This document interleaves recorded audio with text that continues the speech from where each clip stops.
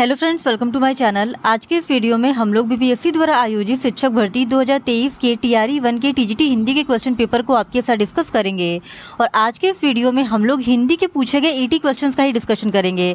अगर आपको complete question paper का डिस्कशन देखना है तो उस वीडियो का लिंक आपको डिस्क्रिप्शन बॉक्स में मिल जाएगा, आप उसे जाके देख सकते हैं। तो बिना देरी किए चलिए आज का ये वीडियो स्टार्ट करते हैं। तो पार्ट 1 में हिंदी से रिलेटेड 80 क्वेश्चन पूछे गए थे। तो क्वेश्चन नंबर 41 है, राजस्थानी भाषा का उद्भव अपभ्रंश के किस क्षेत्रीय रूप से हुआ?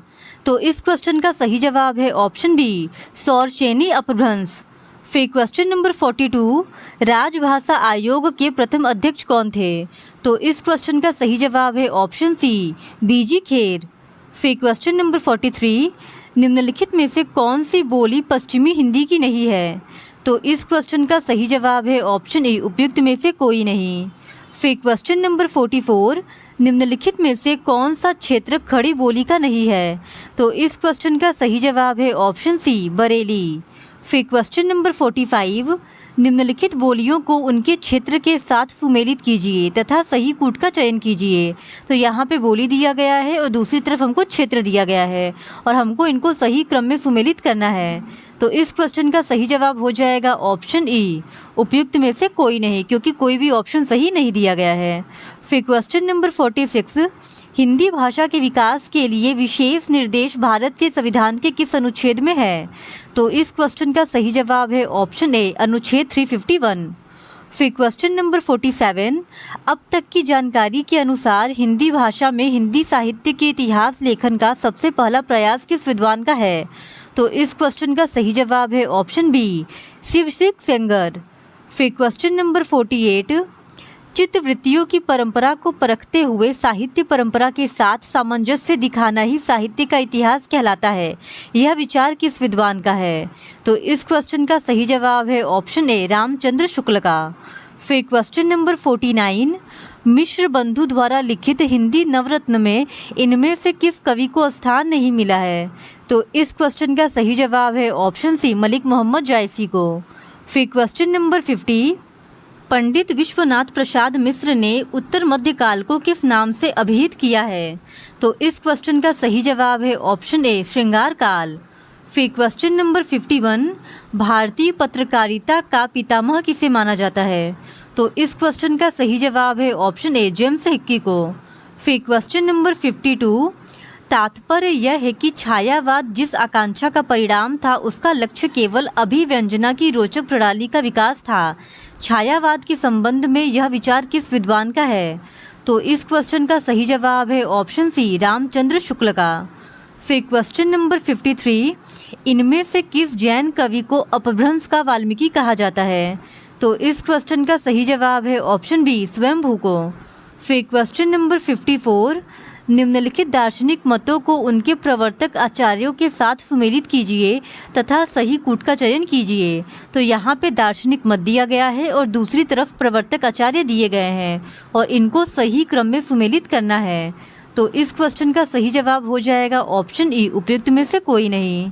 फिर क्वेश्चन नंबर 55, प्रगतिवाद केवल साम्यवादी मार्ग को ही अपनाने के लिए विवश है, जबकि प्रगतिशील किसी भी वाद विशेष से आबद्ध नहीं होता।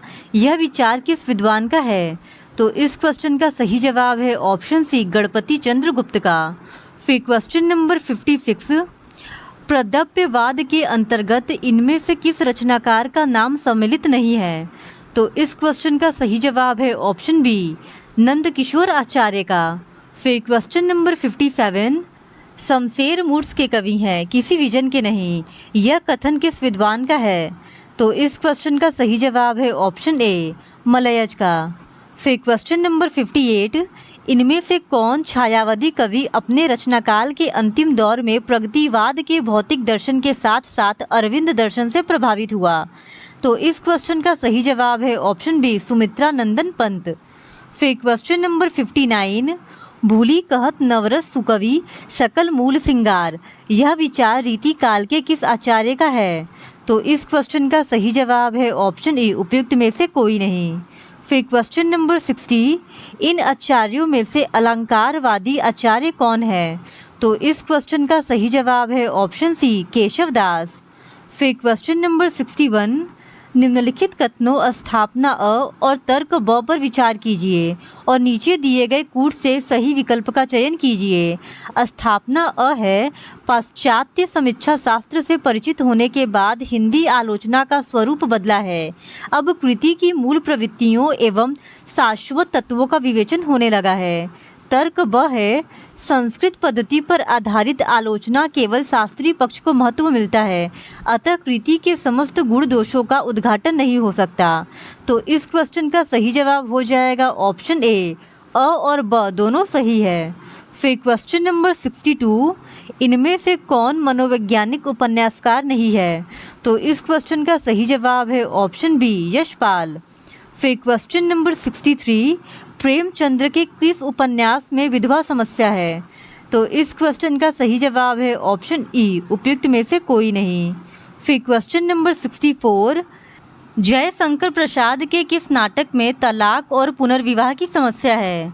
तो इस क्वेश्चन का सही जवाब है ऑप्शन बी, ध्रुव स्वामिनी। फिर क्वेश्चन नंबर 65, आधुनिक काल में गद्य का आविर्भाव सबसे प्रधान घटना है, यह कथन किसका है? तो इस क्वेश्चन का सही जवाब है ऑप्शन सी, रामचंद्र शुक्ल का।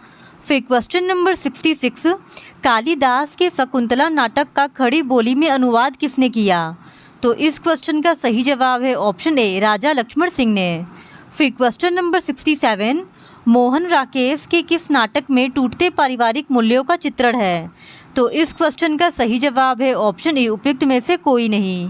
फिर क्वेश्चन नंबर 68, कौमुदी महोत्सव एकांकी के सम्राट के काल को चित्रित करती है? तो इस क्वेश्चन का सही जवाब है ऑप्शन सी, सम्राट चंद्रगुप्त मौर्य के। फिर क्वेश्चन नंबर 69, इनमें से कौन प्रगतिवादी परंपरा का कहानीकार नहीं है?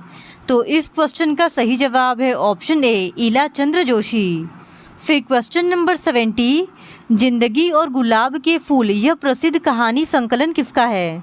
तो इस क्वेश्चन का सही जवाब है ऑप्शन ई, उपयुक्त में से कोई नहीं।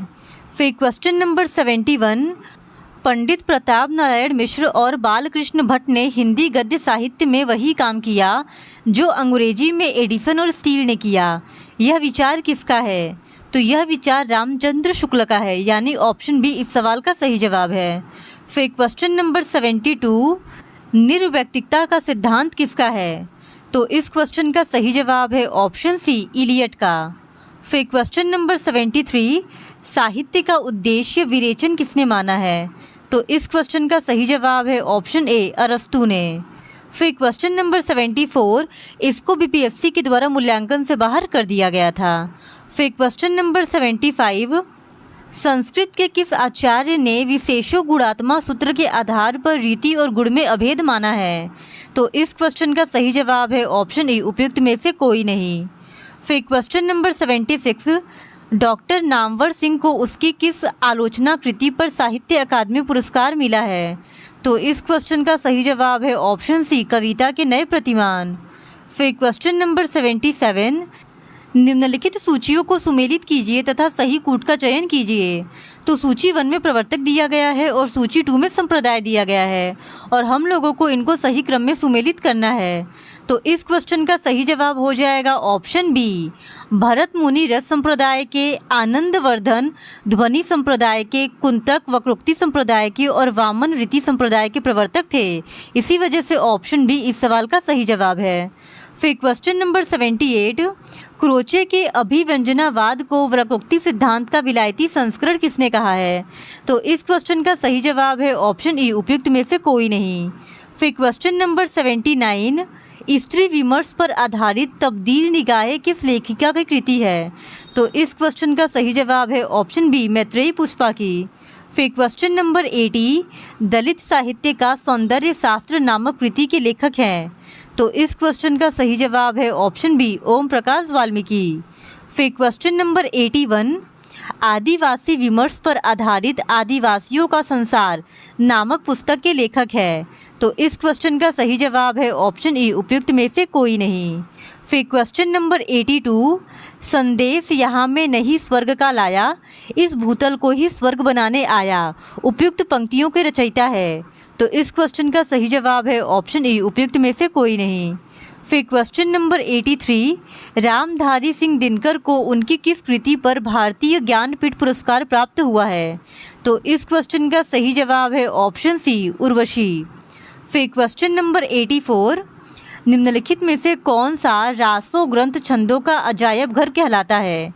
तो इस क्वेश्चन का सही जवाब है ऑप्शन बी, पृथ्वीराज रासो। फिर क्वेश्चन नंबर 85, कबीर उलटबासियों के विशेषज्ञ माने जाते हैं, इससे पहले उलटबासियों किस साहित्य में प्राप्त होती थी? तो इस क्वेश्चन का सही जवाब है ऑप्शन सी, सिद्ध साहित्य। फिर क्वेश्चन नंबर 86, मैथिली शरण गुप्त को राष्ट्र कवि की उपाधि किसने दी थी? तो इस क्वेश्चन का सही जवाब है ऑप्शन ए, महात्मा गांधी ने। फिर क्वेश्चन नंबर 87, निम्नलिखित कृतियों को उनके रचनाकारों के साथ सुमेलित कीजिए तथा सही कूट का चयन कीजिए। तो इस क्वेश्चन का सही जवाब हो जाएगा ऑप्शन बी, ए का 4, बी का 3, सी का 2 एंड डी का 1। फिर क्वेश्चन नंबर 88, एक आदमी रोटी बेलता है, एक आदमी रोटी खाता है, एक तीसरा आदमी भी है जो न तो रोटी बेलता है न रोटी खाता है। उपयुक्त पंक्तियाँ धूमिल की किस कविता से है? तो इस क्वेश्चन का सही जवाब है ऑप्शन ई, उपयुक्त में से कोई नहीं। फिर क्वेश्चन नंबर 89, कमलेश्वर द्वारा रचित कहानी नहीं है। तो इस क्वेश्चन का सही जवाब है ऑप्शन ए, एक और जिंदगी। फिर क्वेश्चन नंबर 90, चंद्रगुप्त नाटक में दृश्यों की कुल संख्या है। तो इस क्वेश्चन का सही जवाब है ऑप्शन बी, 44। फिर क्वेश्चन नंबर 91, शेखर एक जीवनी उपन्यास के नायक के चरित्र की प्रमुख विशेषता है। तो इस क्वेश्चन का सही जवाब है ऑप्शन ई, उपयुक्त में से कोई नहीं। फिर क्वेश्चन नंबर 92, महामाया हजारी प्रसाद द्विवेदी के किस उपन्यास की पात्र है? तो इस क्वेश्चन का सही जवाब है ऑप्शन सी, बाण भट्ट की आत्मकथा। फिर क्वेश्चन नंबर 93, ग्रेगिन कहानी के लेखक है। तो इस क्वेश्चन का सही जवाब है ऑप्शन ई, उपयुक्त में से कोई नहीं। फिर क्वेश्चन नंबर 94, बहुत कम कहानी लिखकर भी सर्वाधिक लोकप्रियता प्राप्त कहानीकार इनमें से कौन है? तो इस क्वेश्चन का सही जवाब है ऑप्शन बी, चंद्रधर शर्मा गुलेरी। फिर क्वेश्चन नंबर 95, प्रजातंत्र और लोकतंत्र के नाम पर हमारे चारों ओर फलने फूलने वाली राजनीतिक संस्कृति के प्रतिनिधि पात्र वैद्य जी की किस उपन्यास की सृष्टि है? तो इस क्वेश्चन का सही जवाब है ऑप्शन ई, उपयुक्त में से कोई नहीं। फिर क्वेश्चन नंबर 96, अमृतलाल नागर का कौन सा उपन्यास महाकवि सूरदास पर आधारित है? तो इस क्वेश्चन का सही जवाब है ऑप्शन बी, खंजन नयन। फिर क्वेश्चन नंबर 97, जिसे संसार दुख कहता है वही कवि के लिए सुख है। धन और ऐश्वर्य, रूप और बल, विद्या और बुद्धि, ये विभूतियाँ चाहे संसार को कितना ही मोहित कर ले, कवि के लिए यहाँ जरा भी आकर्षण नहीं है। यह कथन गोदान के किस पात्र का है? तो इस क्वेश्चन का सही जवाब है ऑप्शन ए, मेहता। फिर क्वेश्चन नंबर 98, देवसेना जयशंकर प्रसाद के किस नाटक की पात्र है? तो इस क्वेश्चन का सही जवाब है ऑप्शन सी, स्कंदगुप्त।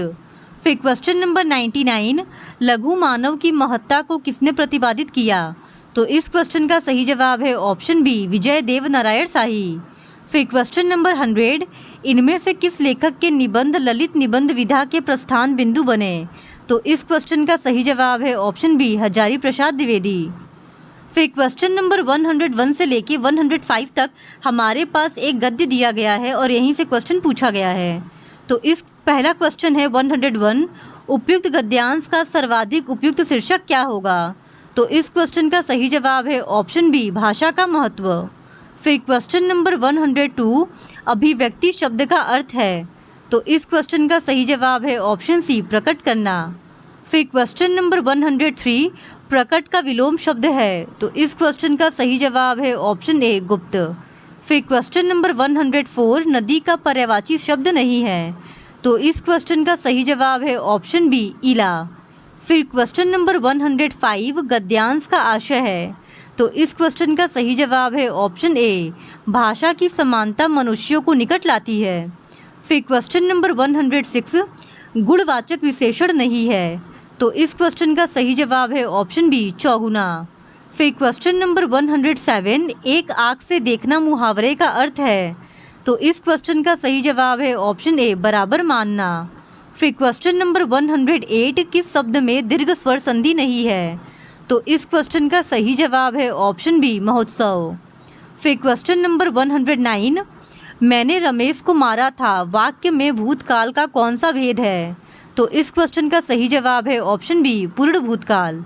फिर क्वेश्चन नंबर 110 मनोज पुस्तक पढ़ता है वाक्य में वाच्य है। तो इस क्वेश्चन का सही जवाब है ऑप्शन बी कृतवाच्य। फिर क्वेश्चन नंबर 111 द्वंद्व समास का उदाहरण है। तो इस क्वेश्चन का सही जवाब है ऑप्शन बी भूखा प्यासा। फिर क्वेश्चन नंबर 112 शुद्ध वर्तनी है। तो इस क्वेश्चन का सही जवाब है ऑप्शन सी पैतृक।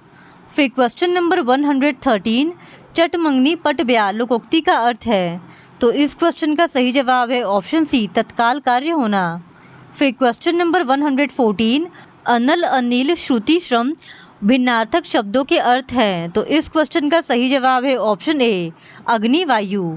फिर क्वेश्चन नंबर 115 वाग जाल का संधि विच्छेद होगा। तो इस क्वेश्चन का सही जवाब है ऑप्शन बी वाक प्लस जाल। फिर क्वेश्चन नंबर 116 अप्रत्यय से युक्त शब्द नहीं है। तो इस क्वेश्चन का सही जवाब है ऑप्शन सी कुलीन। फिर क्वेश्चन नंबर 117 अशुद्ध वाक्य है। तो इस क्वेश्चन का सही जवाब है ऑप्शन बी मैं प्रातःकाल के समय घूमने जाता हूँ।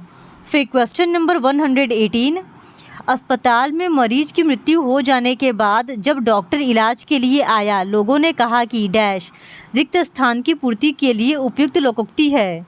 तो इस क्वेश्चन का सही जवाब है ऑप्शन ए का वर्षा जब कृषि सुखानी। फिर क्वेश्चन नंबर 119 द्विगु समास का प्रयोग किस वाक्य में हुआ है? तो इस क्वेश्चन का सही जवाब है ऑप्शन ए मोहन के घर के निकट चौराहा है। फिर क्वेश्चन नंबर 120 किस वाक्य में प्रेरणार्थक क्रिया का प्रयोग हुआ है? तो इस क्वेश्चन का सही जवाब है ऑप्शन बी पिता पुत्र से पत्र लिखवाता है। इस तरह आज के इस वीडियो में हमने TRE 1 के TGT हिंदी के प्रीवियस ईयर क्वेश्चंस को डिस्कस कर लिया है।